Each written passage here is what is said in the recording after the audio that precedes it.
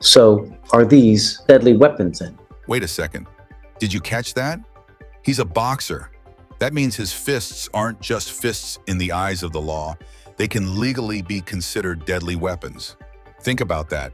Every punch could carry the same weight as swinging a bat or even pulling a knife.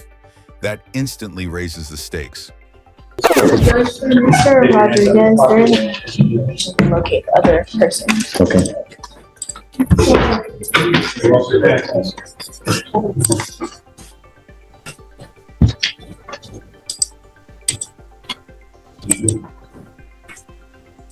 Kendrick Richardson.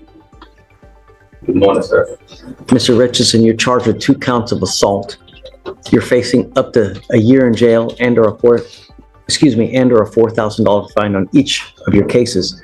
We are going to do probable cause. You have the right to remain silent. Anything you say can or will be used against you. You have the right to have an attorney present. If you cannot afford one will be appointed to you, sir. Okay. On August 31st, 2024, an officer was dispatched to an assault at the Vlive Club at 6603 Harwood Drive, Harris County, Texas.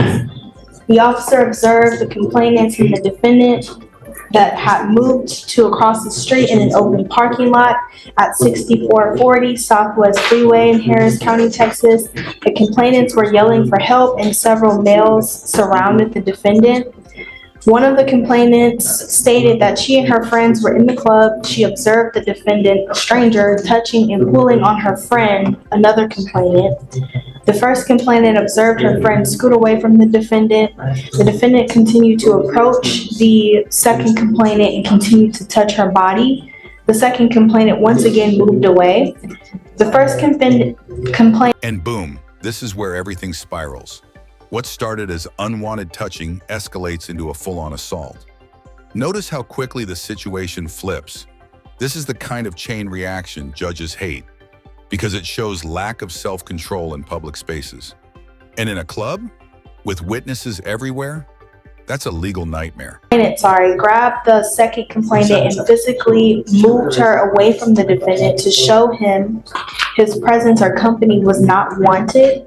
The defendant used his hand to grab the second complainant's face and cheek area, pulling her towards him.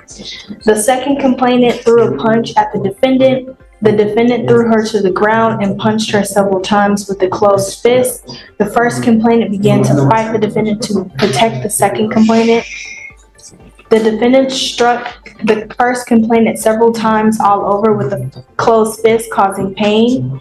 While the first complainant was trying to explain to security what happened, the defendant punched her in the face with a closed fist, making contact with her jaw, causing pain. The first complainant became lightheaded and felt dizzy.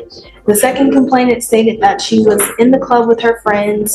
The defendant, who was a stranger to the complainants, approached her and began to touch her thigh and leg area. The second complainant stated that she moved away from the defendant. He touched her again and brushed the bottom of her breast. She moved away from the defendant once again. The defendant then grabbed her by her face and cheek, and she punched the defendant once. The defendant grabbed her by the hair and threw her to the ground, ripping her weave from her. Here's some legal insight. Probable cause doesn't mean guilty, but it means there's enough evidence to move forward with charges. Think of it like a green light for prosecution, and then the judge slams down conditions.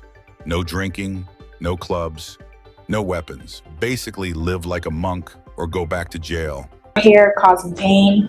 The defendant then began to strike her several times in the face with a closed fist, causing pain. The second Whoa, did you hear that? That's not just legal authority, that's judicial theatrics. Judges sometimes use colorful language to drive home the seriousness of the situation.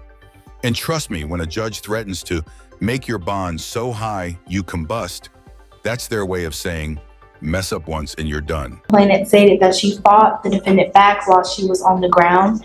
Officers observed injuries on the second complainant's face, spots of red blush/bruising the size of a nickel, a red mark approximately 4 inches long on her shoulder blade, consistent with being thrown to the ground. The defendant stated that nothing happened and he just needed to go home.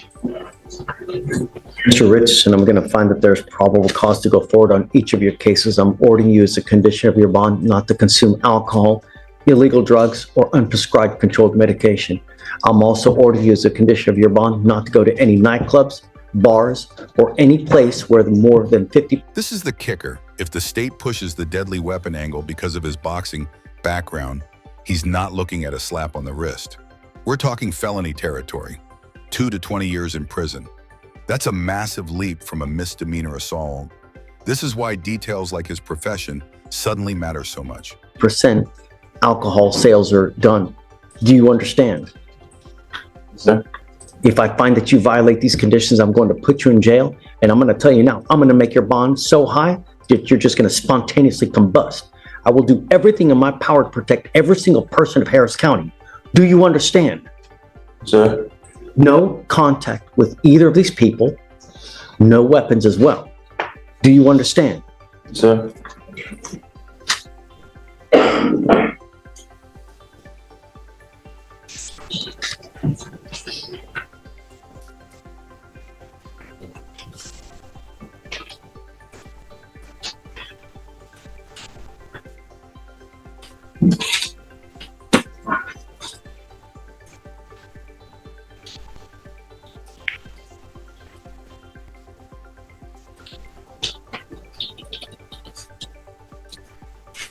What do you do for a living? Box. Say that again. Box.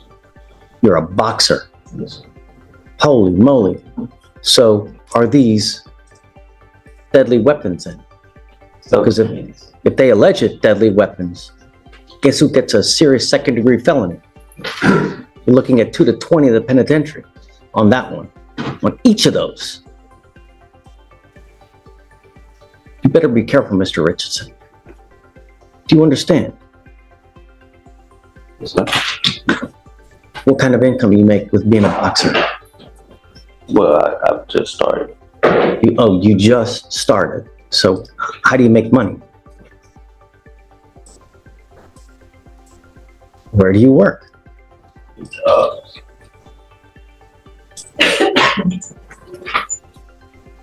I work at the Port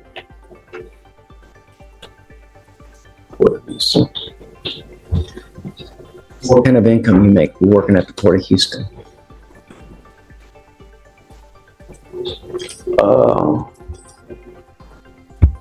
Around 10. I just started. And here comes the real hammer: probation violations. When you're already on probation, you're on thin ice. Pick up new charges, and the system doesn't just punish you for the new crime, it reactivates the old one. Double trouble. Judges hate when defendants waste their second chance, and that's exactly what's on display here. So I'm trying to get back into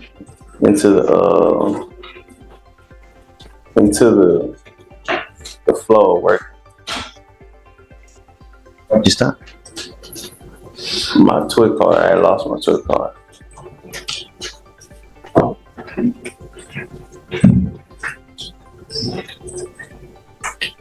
Are you on probation or parole right now? Yes, Which one? Are you on parole? probation. Where? Children's County.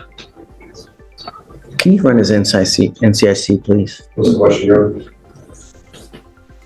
Is he on probation anywhere else? And what for?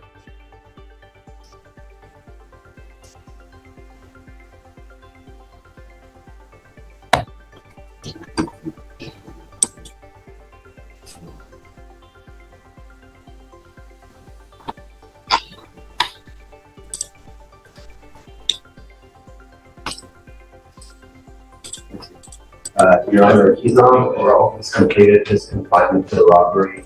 With regards to Children's County, he's on a 4-year probation for harassment started in 2022. That's being left. You better be careful, Mr. Richardson. You need a lawyer. One that county figures out you've picked up with 2 assault cases here. You know what's going to happen, right? they're going to issue 2 new warrants for your arrest for those, or at least one issue. They will issue 1 warrant for your arrest for the probation that you're on in that county. You're supposed to behave yourself while you're on probation, and when you don't, warrants issued.